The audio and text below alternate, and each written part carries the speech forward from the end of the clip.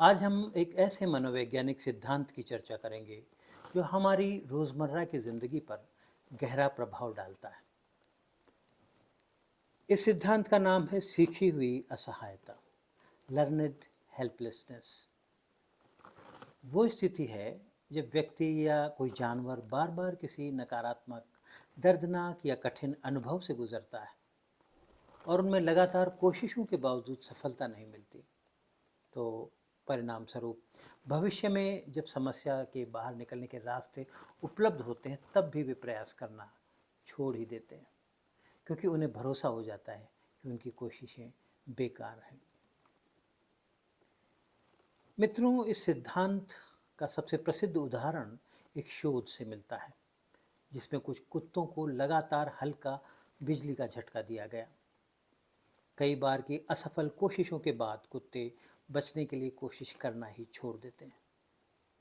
Even when they were later given a chance to escape easily, वे असहाय से सिर्फ इसलिए बैठे रह जाते हैं क्योंकि उन्हें ये महसूस होता है कि प्रयास करना बेकार है।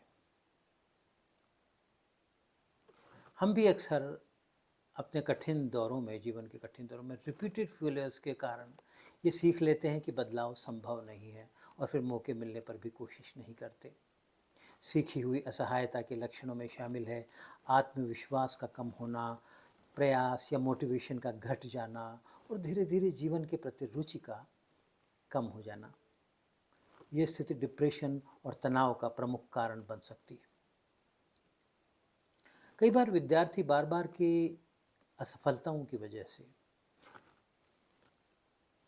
पढ़ाई करना छोड़ देते हैं या परीक्षा देना ही छोड़ देते हैं, या कई व्यक्ति बार बार रिश्तों में बहुत निराश अनुभव करते हैं तो भविष्य में रिश्तों में सुधार लाने का प्रयास करना बंद कर देते हैं।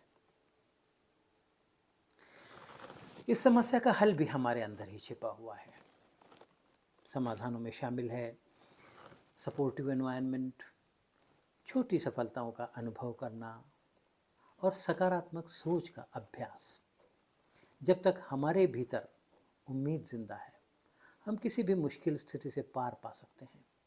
हमारा दायित्व बनता है कि हम अपने परिवार, अपने मित्रों, अपने विद्यार्थियों को हर मोड़ पर सहयोग दें ताकि वह सीखी हुई असफलता के दुष्चक्र से बाहर निकल सकें।